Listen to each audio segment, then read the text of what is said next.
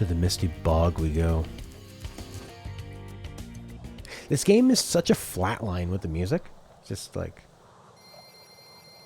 the songs kind of run together. It's great music. But the music from the hub world to the main level... and there's no separation. There's just silence. The music is just... it's a wallpaper. It's really nice wallpaper. But wallpaper on everything. And it's like there.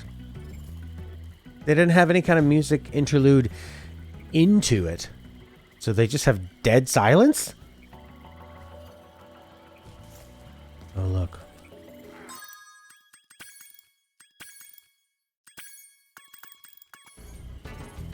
How many gems in this game? Take a guess. Okay, how many gems? How many gems? I'm going to guess that there are 5 hub worlds. And there are 3 or 4 levels in each hub world. So maybe... so there's probably like 20 levels in total. And each level's probably got about 400. So there's probably like 8,000 gems.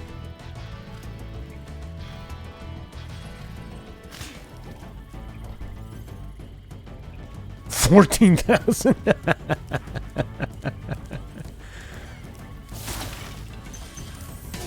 Now, when you're playing Ratchet, there's a lot of things for you to collect, but it feels pretty good because there's never this idea that you need to get them all. You just kind of run around and smashing blocks or boxes, and it's giving you points that you can use for other things. Yeah, because you don't really like trade the gems in for anything.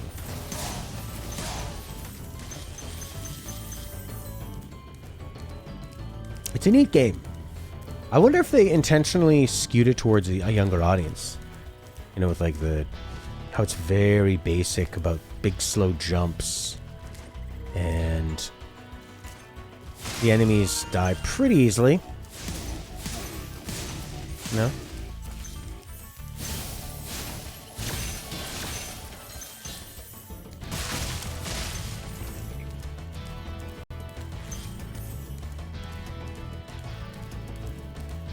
This is the original Centric we've switched to, which I think has a bit more propulsion. Yeah, you feel like you just barely miss a jump. Nice. And that's the design of it, where it's like because they want you to find the correct path to do the jump. Like, enemies look amazing. So much personality. So, kind of by their design of their gameplay being, we want you to find the right place to jump from. You're gonna do a lot of failures because sometimes it's hard to tell. Frogs? And this used to be such a nice swamp. That's a really interesting design. Hey, dick face.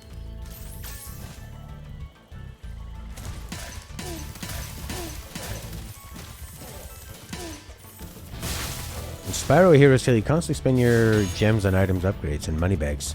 Oh, okay. What is that? What's Spyro Heroes Tale? What's that on? Say we're not good at signposting, eh? Okay. I thought water always hurt me.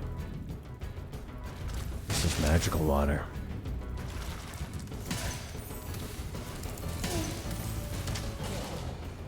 Yeah, very hot punk. This game has a real kind of like sexual energy to it.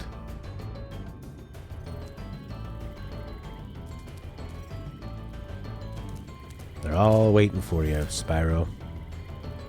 Waiting to fight the dragon.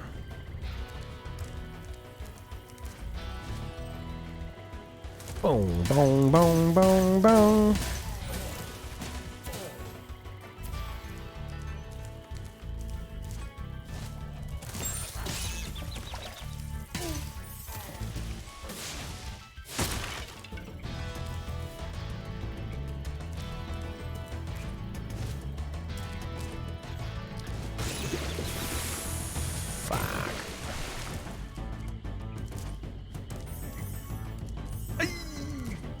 can actually get some decent height.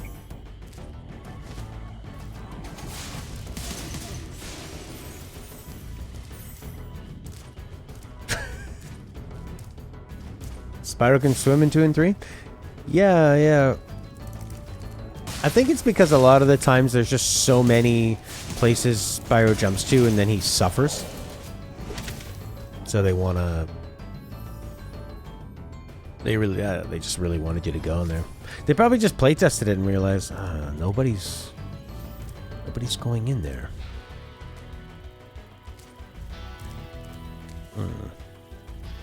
Guess I should go back here first.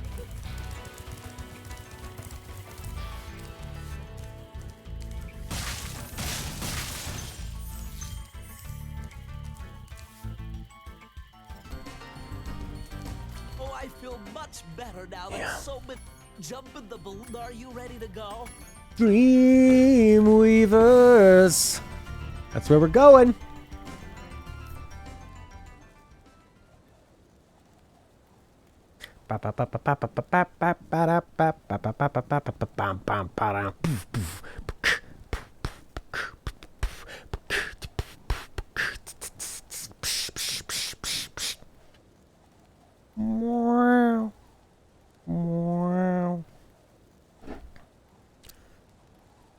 When he was a young warthog. No, wait. Maybe Nathan Lane is the little ferret thing. Then Pumbaa. Somebody bigger. No, yeah, it's Nathan Lane. No. Timon, Meerkat, Pumbaa, Warthog. Timon is Nathan Lane, so who is that Pumbaa? Timon is Nathan Lane. Pumbaa? Ernie Sabella? Who's that? Ernie Sabella. He's done Mr. Donald Twinkle Twinkacetti and Perfect Strangers. I used to watch Perfect Strangers. And he was Leon Carosi in Saved by the Bell.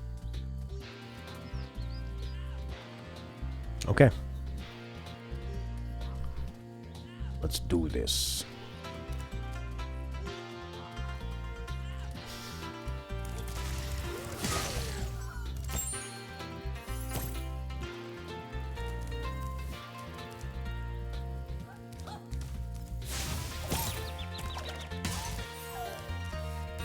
So these are all just medieval people that are trying to protect themselves against dragons.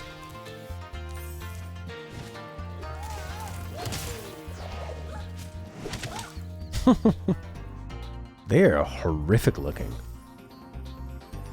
You walk to darkness scarecrows in that game that are holding weapons that have a story inside, which initiate a story segment leading to combat. The ghost of your mother follows you.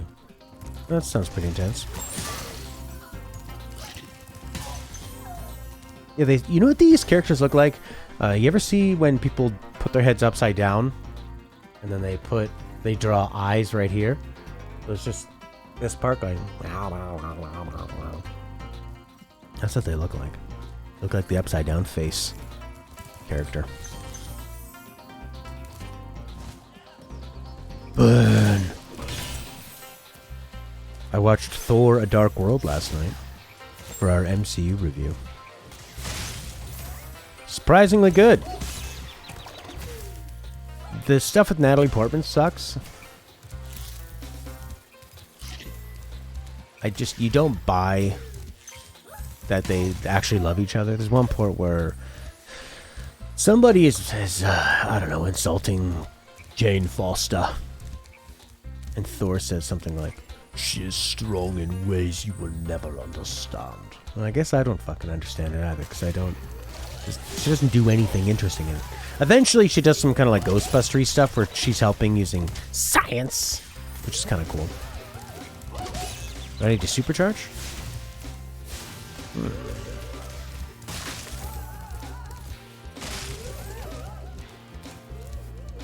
The premise of Perfect Strangers? Just two single guys living in the city together. The premise of it was being It was like a stereotype of Eastern Europeans. It was the first Borat. Balki came from some sort of indeterminate Eastern European country, and he had wacky ideas because he was foreign.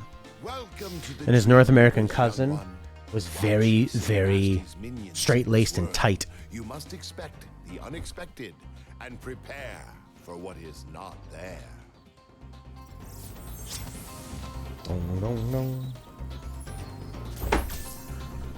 I feel like they go, yeah, and every time you unlock a dragon, we'll give you hints. And then they realized, oh shit, we don't actually have any good hints for all these.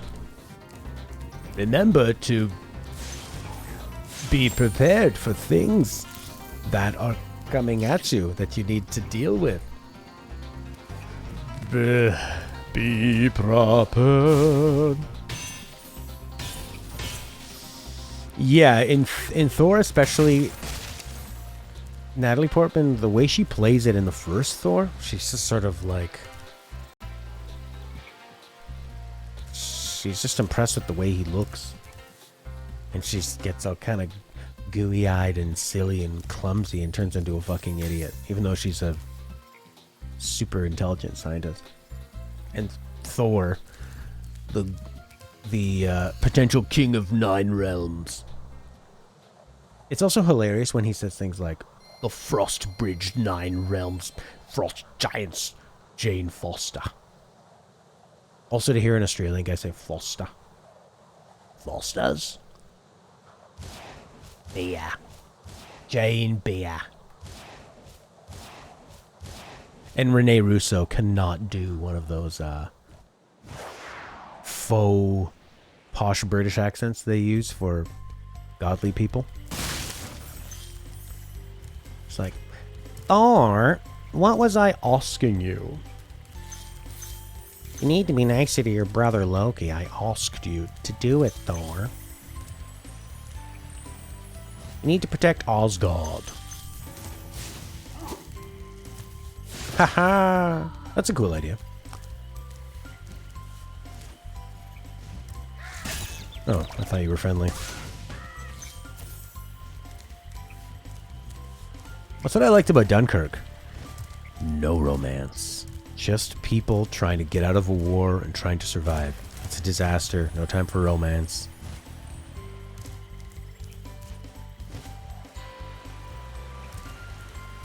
This isn't Pearl Harbor. You're free! Thank you, they were keeping me as a sex slave. You must open that with smart things.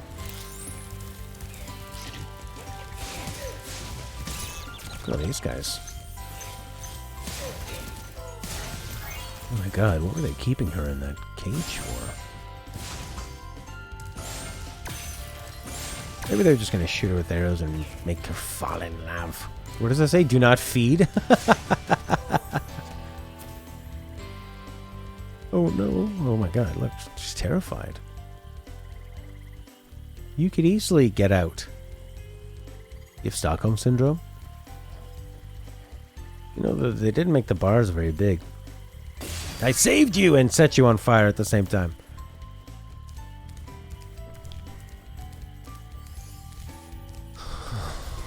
What are you girls doing? Mudada. Berries are always on your side, Spyro.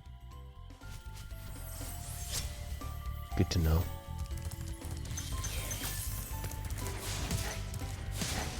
I feel like those guys should be impervious to fire.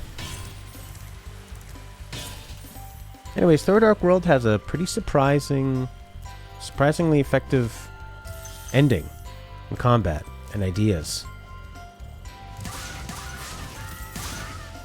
I was pretty impressed. I wasn't expecting much.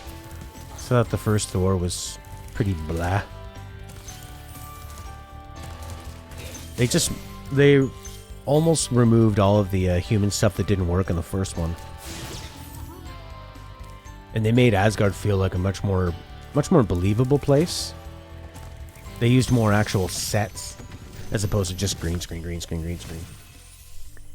Thank you for Because I feel like what I get out of a movie is the way the characters are and the actors are reacting to things. So if something is all CGI and fake and fantastical, it's not really that impressive to look at because the actors are just sort of, you can tell they're looking at nothing, you know? They'll be like, at one point there was this big huge beast and he sort of slammed something down, like right in front of him, and he didn't react because it wasn't there, right?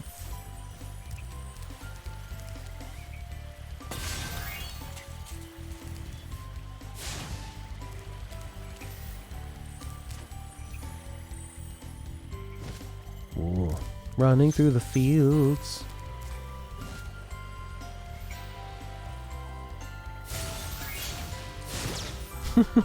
What was that guy's plan?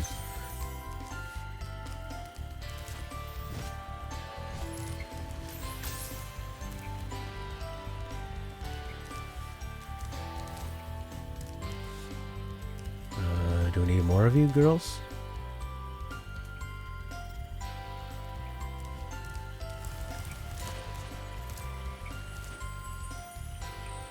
The movies were not great. Thor movies. Kind of hoping Marvel films die down more. Yeah, I think that Marvel themselves have realized they're losing a bit of steam on the bigger Marvel movies, and they're just pumping out TV shows to make Disney Plus the place to be. They got a ton of subscribers on Disney Plus. If they just keep putting out Marvel shows. And they don't usually just dump them all out, right? They do week by week, so you can't just subscribe for a month and watch everything. The Disney Plus is really expensive in Canada. It's like $12 a month or something. And it used to be $8 or $9, which to me is kind of a lot for one streaming service. I mean, how many times can I watch Star Wars? Which is what they realized. No, films as a whole are really struggling. I mean, there's a few movies I would want to see in the theaters, in an IMAX or something. But even still, you can have a pretty good experience watching on your TV or laptop. Or, you know what, even in the right circumstance, if you had a phone on some kind of like holder thing with good headphones, you have the screen at the right distance. Pretty good. I find just the thing with watching at home is you're more likely to get distracted, right?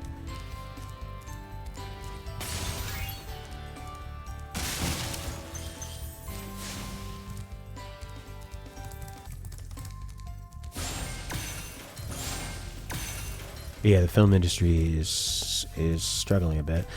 Also, I think Universal or HBO Max or whoever, they just decided that the experiment they did of releasing movies on a streaming service to be bought,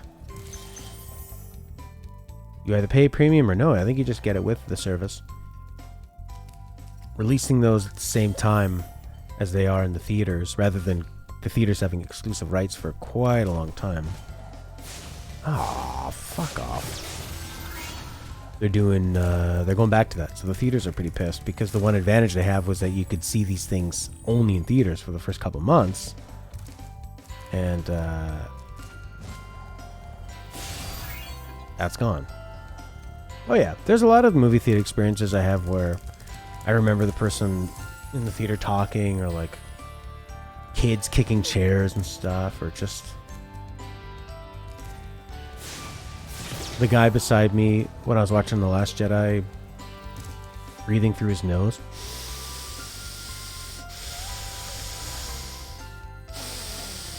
It's like I had Darth Vader next to me. Hey! I remember watching a classical music orchestra play the music from Star Wars. There's some kid behind me who just like had this horrible windbreaker jacket, and he's just like, and he kept saying his mom, "When's it over? Is it over now? It's over."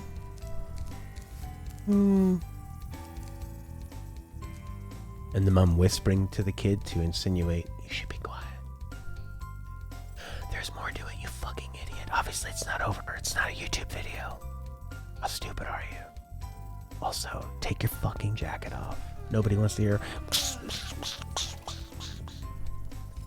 If you bring a kid to something, there should be a designated... Like, I don't believe in segregation, but kids should be segregated. And also, just even if I was bringing a parent to an event like that, I would want to be in the kids section. Because if my kid's going to be noisy, I don't want to be embarrassed. Actually, it's not about being embarrassed. I would not want to disrupt someone else's movie-going experience.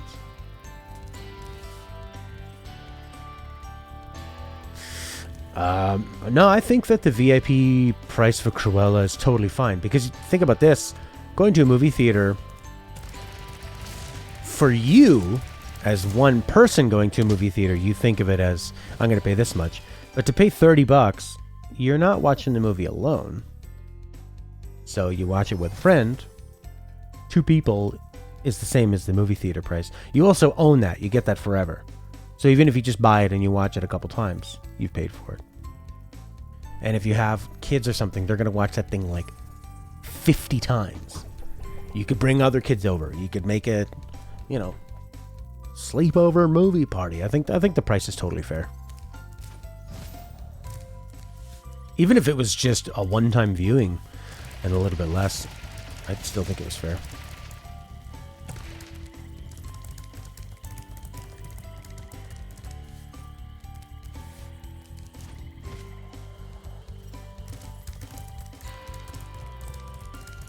You know that VHS movies used to cost... they used to be something like $90 when you buy a movie? Back in the 80s and 90s? When movie tickets were like $10, you'd buy the VHS for $90. And then Tim Burton's Batman came out, and that was like the first affordable home video. It was $30 or something. I don't usually watch movies twice either, but you're probably going to watch with somebody is their point. Because they're only charging it to that one account. So everybody in that Disney Plus account gets to watch it.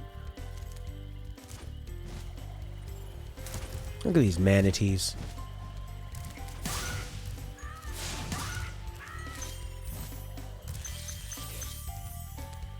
Yeah, I like the idea of the theaters that have the Horketeer point of seeing the theaters come back as something better.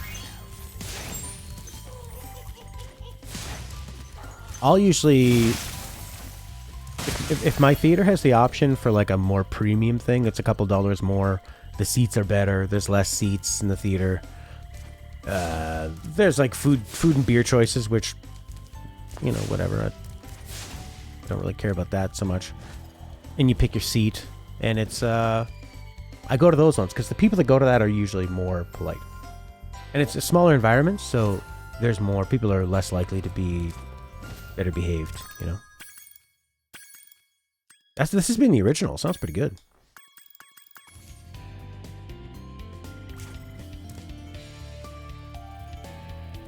Whoa, they added a whole bunch of other instruments and all kinds of stuff.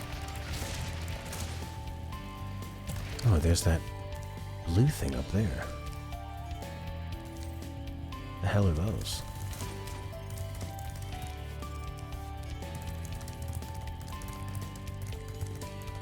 Yeah, so I guess you just make movies more of a premium thing, which is probably what they're going to do. I have like the trend of, at least where I am, you almost always pick your seat where you go. Which is great, because then you don't have to... Because I find that so stressful. Where are we going to sit? And you're like going in the aisles, and you're like, oh, let's go sit in between these people. And then your friends are like, oh, save me a seat. No, I don't want to save you a seat. I definitely don't want to save you a seat. So now you just pick your seat. You get there later. If you get there like 15 or 20 minutes late, you don't have to watch all the commercials. And then you could even see some of the trailers still. But you're not going to miss anything. And you just walk right to your seat. I have to think earlier, you get... No, you choose it. Oh, so you guys would do it like that. You buy the ticket and they just give you one. It used to just be a total free-for-all. And then now it's come to this. Buy your ticket and then choose your seat online. It's great.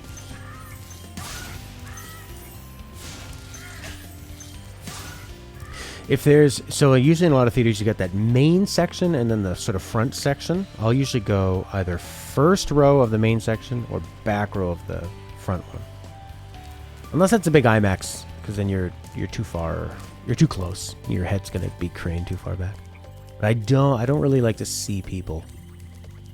I don't care about their experience while I'm watching it. Maybe if it was a comedy or something, but I like to be close.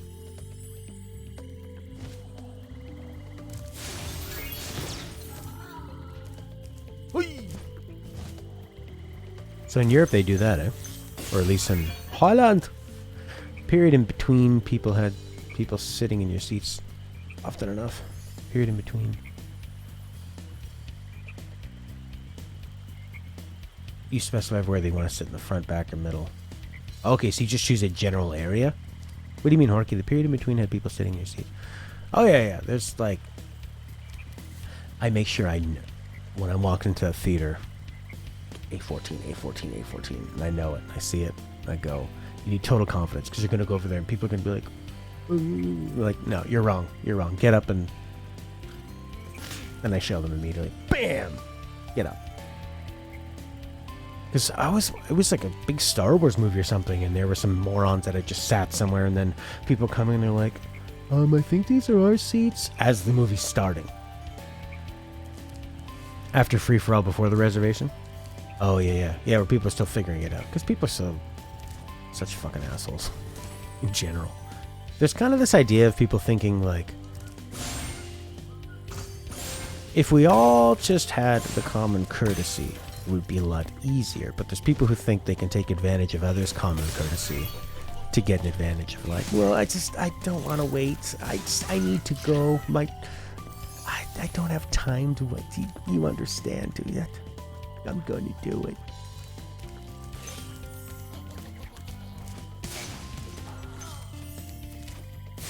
Yeah. But, I mean, movie theaters have had to compete with people's better home theater systems. You know? I mean, even the picture on, like, a phone is good. It's really good. Or a laptop, tablet. That's high quality. And people are just dumb, yeah. That's what's so nice about TikTok. You know, during the pandemic, you're really lonely, you miss people. TikTok reminds you people are mostly dumb and very selfish and just want attention or whatever stupid thing they're doing. And then they imitate each other like fucking sheep. Bird Box Challenge? Put that blindfold on. Can't say. Like Sandra Bullock.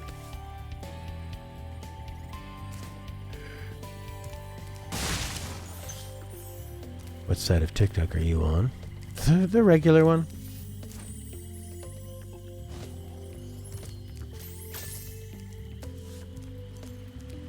People trying to be funny by being loud and silly.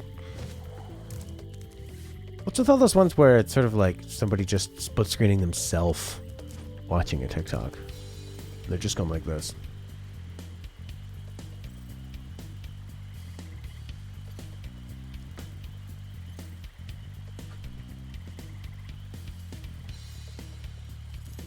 I wish... Is there a button on here that makes this person explode? I want that. Thanos was right. Half the people need to go.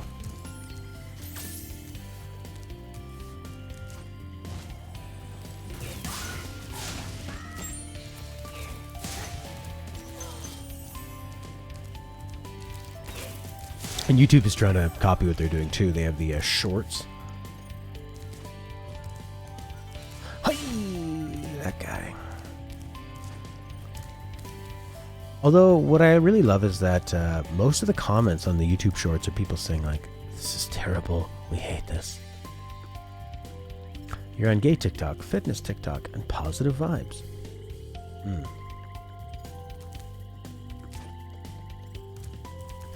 Yeah, I don't like any of them. I thumbs down the ones I don't like. Every once in a while, there's some that I like. You know, so I guess I just need to feed into their algorithm machine. I need to let them know everything about me so they can properly advertise to me. Like how all I get are ads for expensive chairs after I just bought one. I guess maybe if I owned an office or something, I maybe would be more likely to buy multiple chairs. But I have one chair for me. And that is that.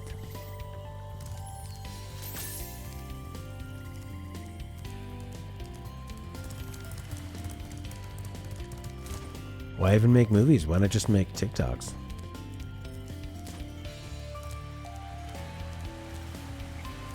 It's interesting seeing the kind of music that becomes really popular with TikToks. So there's music that has kind of like a creepy vibe, and then BAM! The drop. Wait for it. The drop. The drop, though.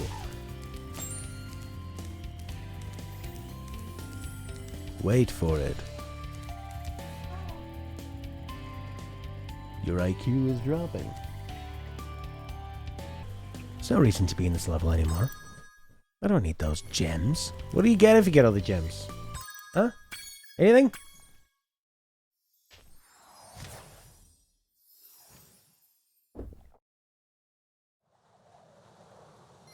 Dreamweavers. Get across the thing. Fuck you. Too big. Look at this guy. Aw. Worth it.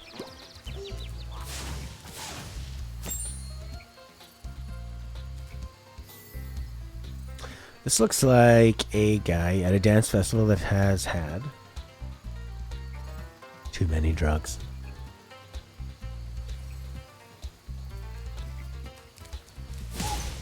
I got you, you piece of trash.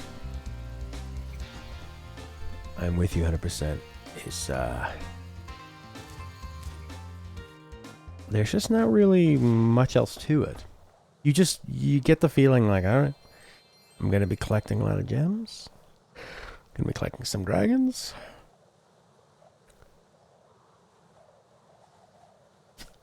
And that's it. And the music's not really gonna change. The enemy designs on the levels are nice. But the enemies are going to be dispatched of quite easily. I love that there's a fucking lamp post here. He's been on. I would have liked this a lot in 1998.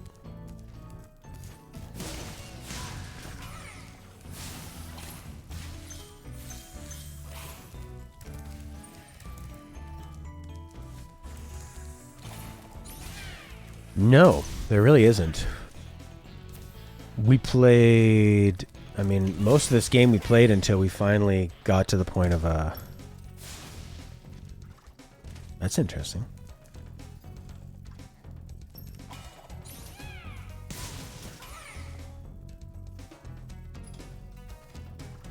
Until we even got the ability to run fast down a ramp.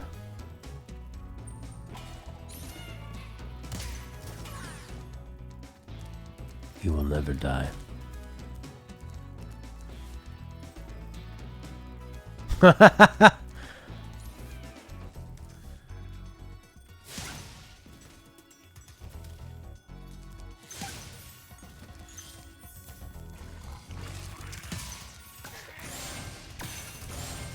Maybe you should have stayed big, turtle.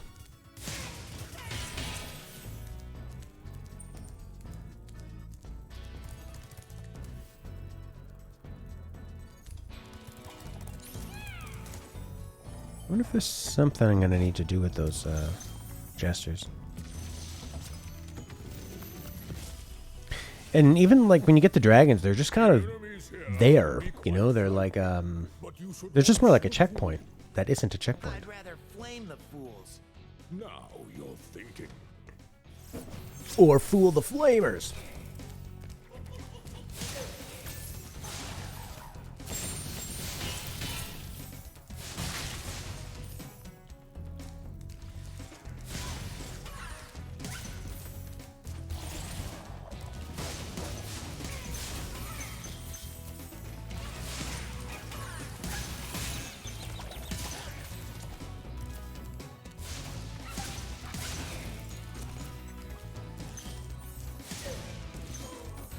So Horky said the La Mulana is on Switch.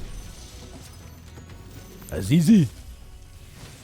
Let's deal a bit of Parks and Recreation. Thank you for releasing me.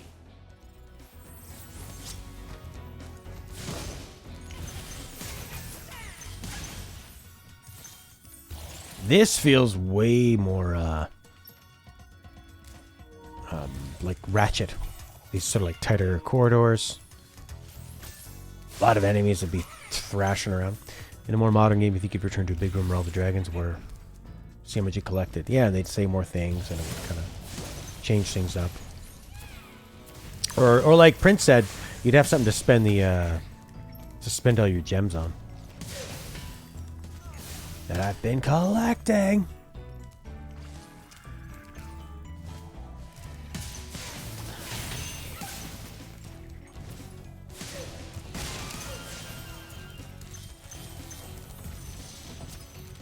Akari. You know, I think you just might be the dragon to defeat Nasty Nook. That's me, all right.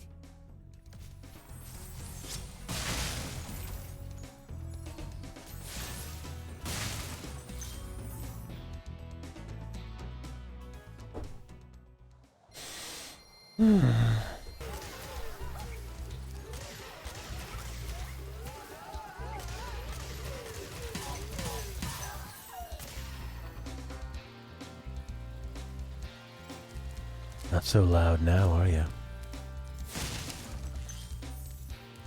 Jacques! Alright, I'm gonna beat this game. I've decided. Well done, Spyro. Nasty's world. Are you ready to go? You can just go immediately to it?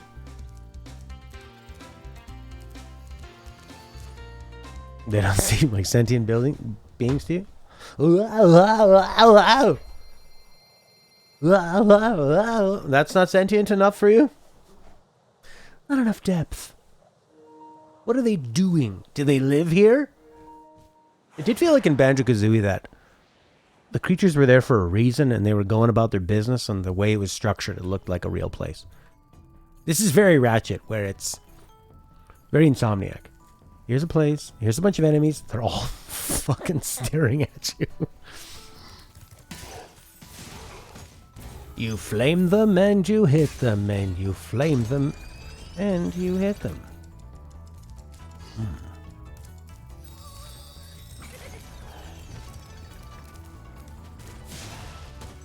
Oh yeah, the dragons have a whole personality. Well, they have one voice actor's personality, and as many voices as that guy can do. And eventually they're all gonna sound a little bit like this. Okay, Spyro? Funny hearing me talk about Insomnia. How so?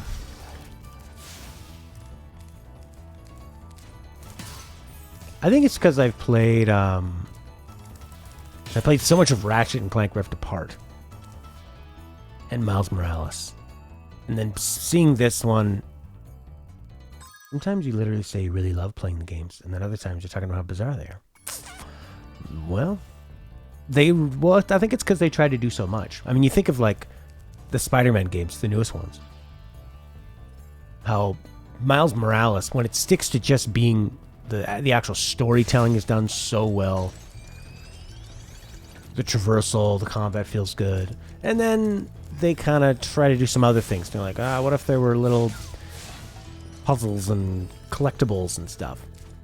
Less of that in Miles Morales, more so in the bigger Spider-Man game for PS4 that tend to drag it down. Like, oh, now we'll have a stealth section where you're Mary Jane that nobody wants to do.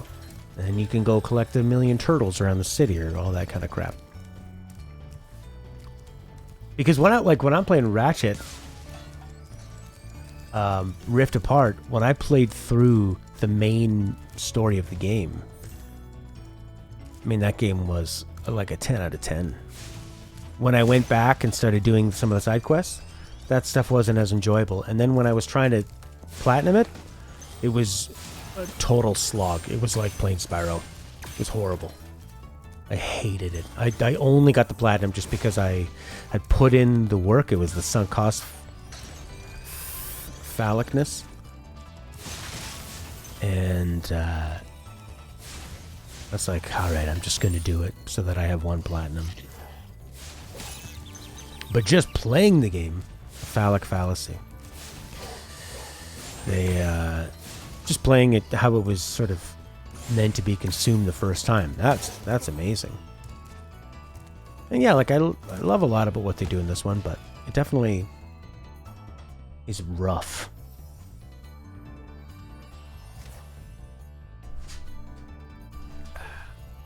And then, I mean, Bizarre can be good and bad.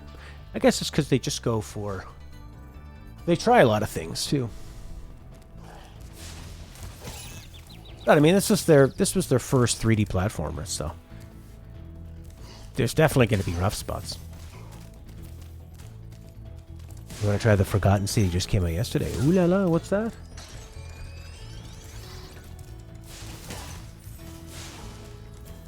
A sequel to The Sinking City?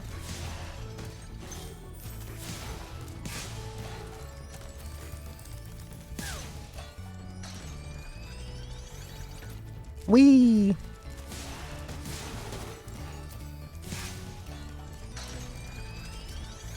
All those little sound effects of things clanking around, sounding like weird pots and stuff.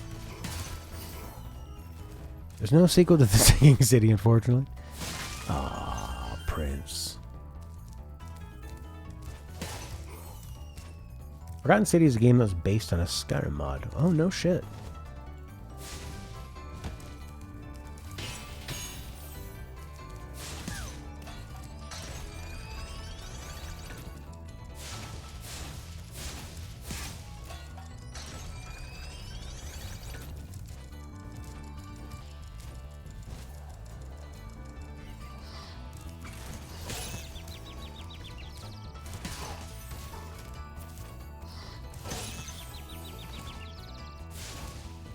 It looks like a Battletoad. Basically, you're in a Roman city, or if someone commits a crime, everyone dies. Turns into gold. So you're trying to keep people from not committing crimes? And they all have to deal with this philosophy? To get out of a time loop. Oh, cool. Wow. So they built that up on a Skyrim mod and then created their own game outside of the Elder Scrolls universe?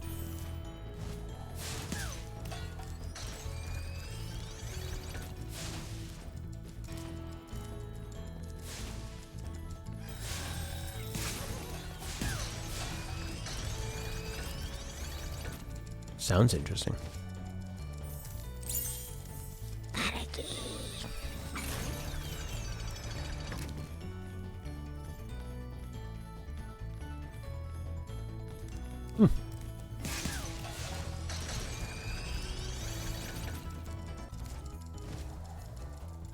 Apparently it was downloaded 3 million times. Wow.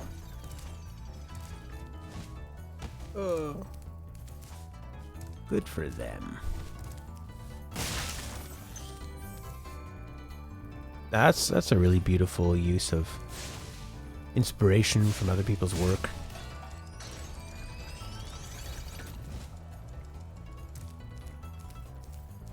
What a great reason for mods to exist. What did this guy just fire up?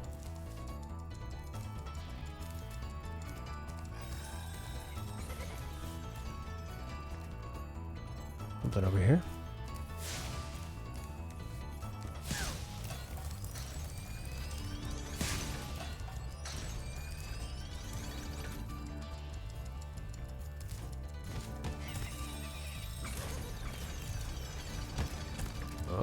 Okay. Solve problems with reason, charm, bribery, intimidation, violence. Or exploit the time loop. That sounds genius.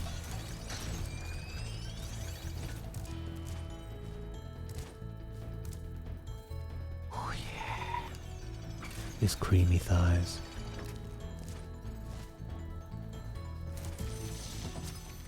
Unika. Thank you for releasing me, Spyro. Take care.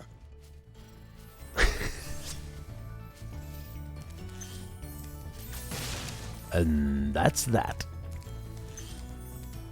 22 bucks and 50 cents. Or you can just play it 2 hours at a time if you exploit the Steam return time loop. Yeah, they're definitely running out of ideas. Take care now. Thank you. Bye. It's like the minimal amount of a reaction, interaction you'd have with somebody. Bye. Take care. Thank you. It's like talking to somebody at a store. Thank you for shopping. Thank you for buying this game. Take care. Bye. One lich. One lich. Oh. Tree tops. Yeah, I think you did.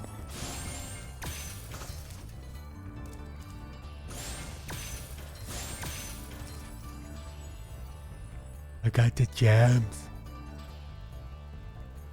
Yeah, I believe we did it. And my memory of it?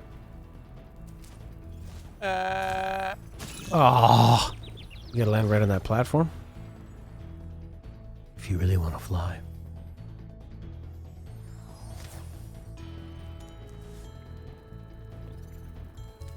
Way the fuck back here. Oh no, this is the perfect place. This is exactly where you want to be. Ah. Oh.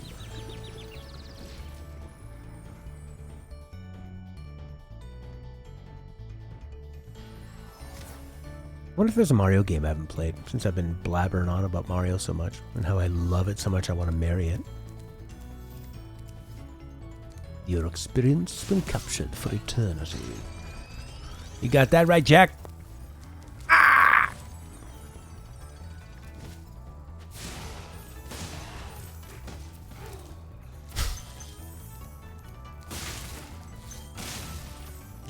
I've played Galaxy 1 and 2. It took me a while to get into Galaxy 1. But Galaxy 2 I friggin' loved. Super Mario 3D World. I have not played 3D Land. My advice would be, if you're playing Galaxy and you are not finding it all that interesting, because it starts off pretty slow, and then I would just switch over to Galaxy 2, which is amazing. What was the point of this area? If you kill all three of them, does something happen? You think the housewives seem out of place? These giant, monstrous housewives sniffing bubbles and sniffing flowers, blowing bubbles, yawning, scratching their armpits, standing on pedestals, waiting for me to come around and flame them. Yeah, the hub world in one is good. Super Mario 3D World I loved. Bowser's Fury. I haven't beaten Super Mario 3D World, like the extra bonus bits, and I haven't cleaned up all of Mario Odyssey, so maybe I should go back and do that. That's a good idea. And I haven't played Super Mario 3D Land on the 3DS, but I can't really stream that.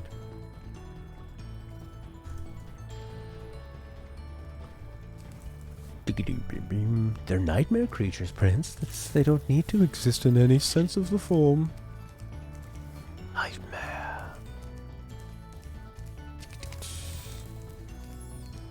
Oh, snickle frats. Ay, caramba! That away, Spyro. Whoosh! Whoosh, magara. Fuck off. Yeah, this game is an allegory for the nightmares of domestic life. Your hideous wife, who loves nothing but a flower, who's actually in hell.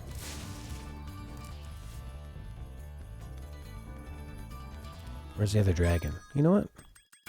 I don't care. Now I'm the winner!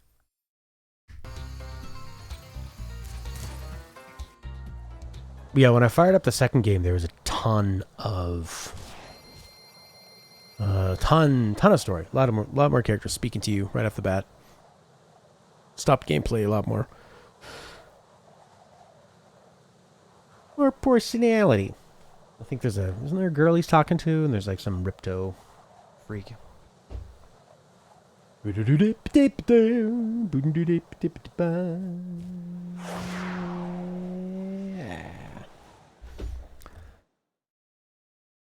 Spyro's basically a child soldier being exploited by the older dragons, and he has no idea. And the dragons, exactly.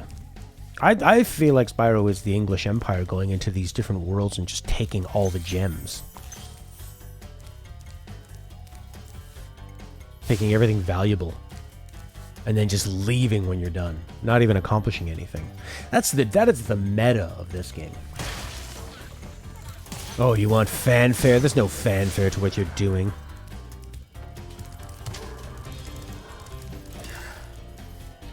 You're a monster. You're stealing from them.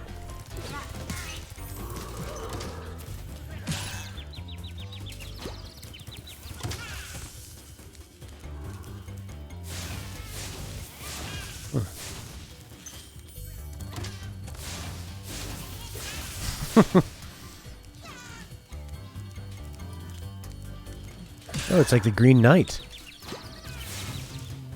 Books and movies might be naturally better at telling stories in games since the pacing is controlled. Very, very, very true. That's why games really need to lean into the idea of what story can you tell that comes from being in control of it. Now that's why horror in games can be really effective, because you're the one who is pushing yourself forward, right?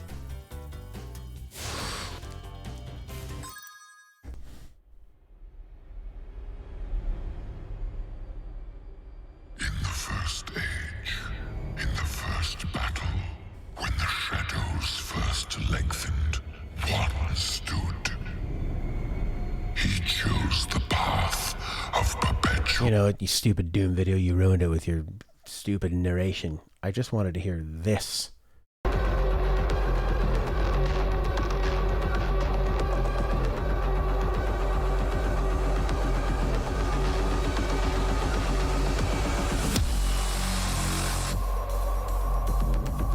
Yeah.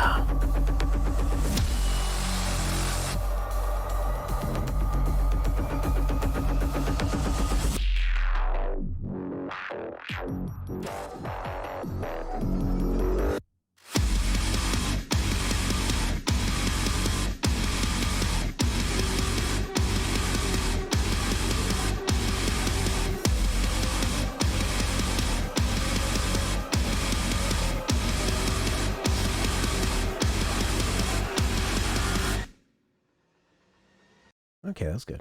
Dragons know there's magic in a fairy's kiss. See what it can do to your power of flame. Kentucky boy! XCOM the Bureau had a similar twist. Maybe I should check that out. Bioshock? Sometimes I think that books are sort of the ultimate storyteller. Like when I was watching Thor the Dark World, I kept thinking, in the parts where they're trying to show like the lore of, and then the Asgardians fought these types of people, like these dark elves or the frost giants, and I felt like this all seems kind of so cheesy in a movie, because you can tell that these scenes are done really heavily green screened, and you're not really supposed to, it's just harder to care about them as opposed to the main juice of the story of the movie. Whereas in a comic book, you can kind of put yourself in any situation and draw anything, and it all has the same weight. Whether you're in a city or you're in some kind of frost giant world or dark F world or whatever. That's why I think movies struggle a little bit. It can just be too easy to make some certain things feel like they don't have that same importance, that same weight.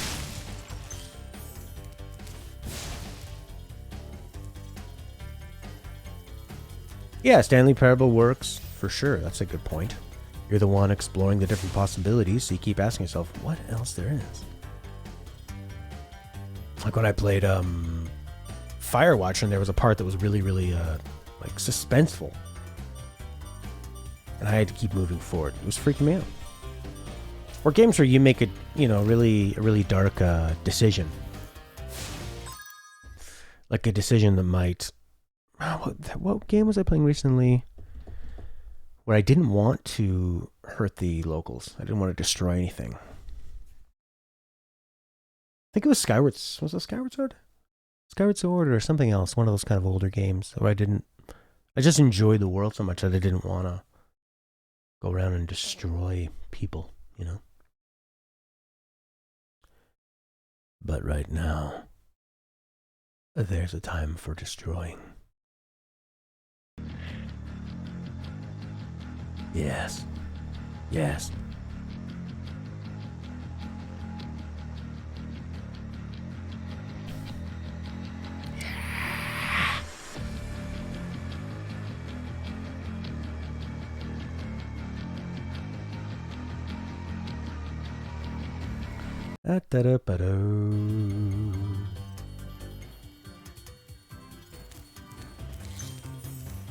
Sure, yeah, you have to like pull the trigger. Yeah, they did that in a Telltale game, Tales of the Borderlands, where you need to get like a key out of somebody's eye socket or something, and they really make you move the joystick around and like dig in deeper and deeper. But yeah, overall for storytelling, a movie is controlling everything by the frame. Literally by, if it's 24 frames per second, that second being divided up into 24 pieces. There's no skill level involved, you know, there's no different way of watching it or playing it. But it's definitely not taken advantage of enough. Where game developers utilize what makes this interesting is about you having to do those decisions.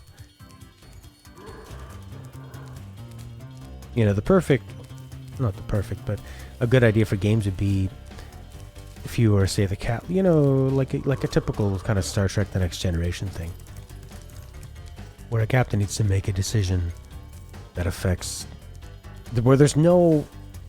people no matter what they do, negatively. Affects them negatively no matter what they do. And you have to choose what's the right one. But putting choice into games can also make it just there's way more development, right? So they're not as likely to do that. They go, we don't want to program in choice. We don't want to program in anything there's a chance you don't experience. That's true. People go into movies with experiences and worldviews, and something that I might find thrilling and captivating, other people might find really boring or pretentious, and things that I might find really boring and uninspired, other people might find like very simple and fun, you know? You get back up there on that ride. Ride the scorpion arrows. Get over there!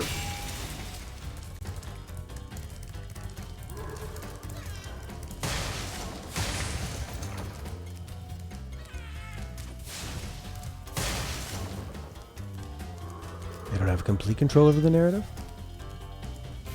I mean, but not more so than, not less so than video games. I mean, the video game is you're still experiencing that story in a way that's,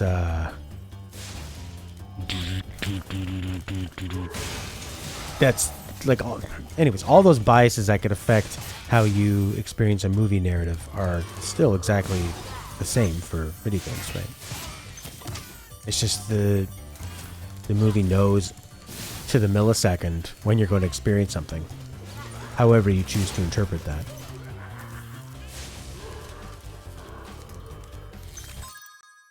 Two more dragons.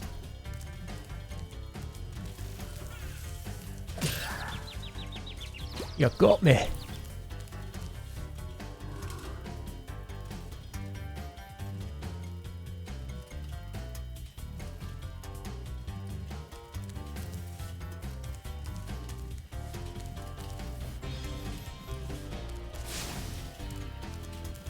think I'm kind of stuck in here.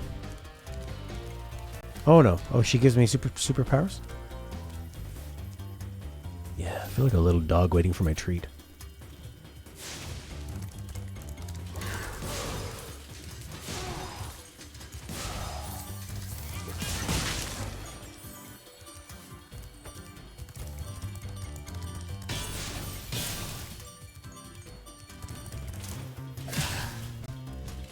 Got me. Oh, son of a bitch, they're all gonna spawn back. Oh, no!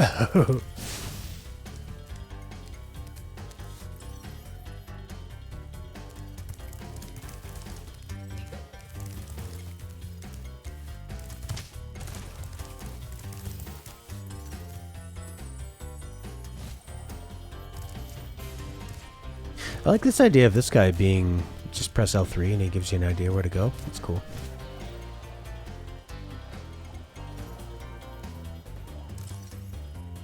Yeah, they've got these fairies chained up. Now you kiss him. Give him superpowers. Oh, Big Daddy Pimpy ain't gonna be happy.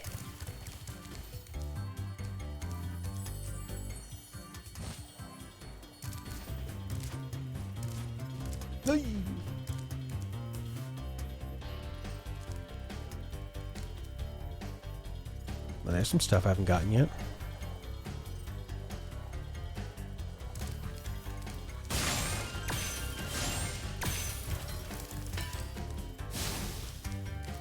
You need your superpowers.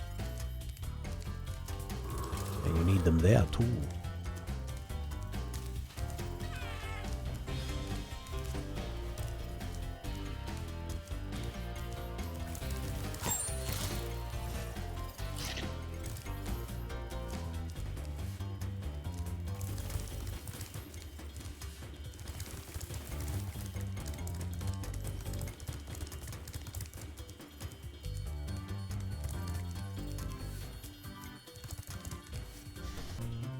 He was in behind this door. Lútalo.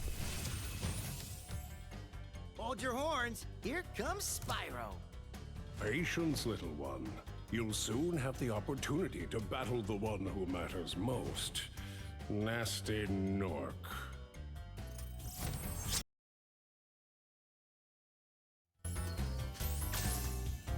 Yeah. Oh. Need big powers for that guy. And for that guy.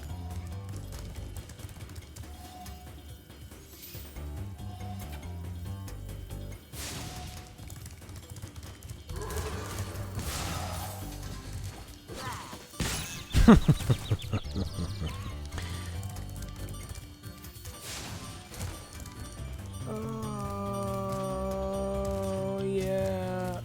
Oh, nice, Prince.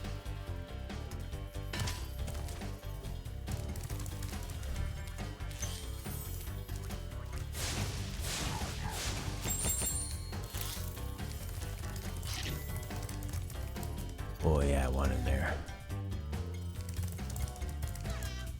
What's up here?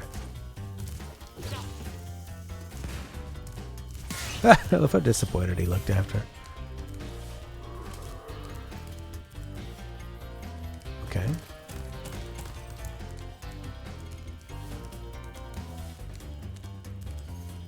Okay, so get the thing and come right out and go to your left.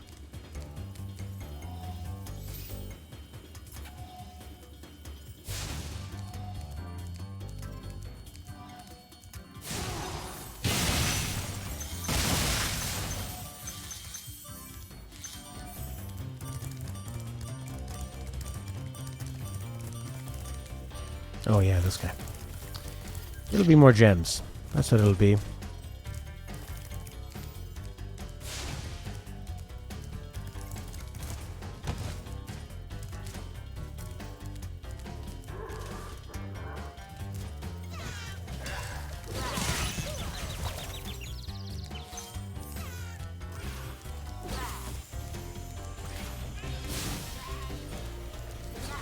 Hello, come here.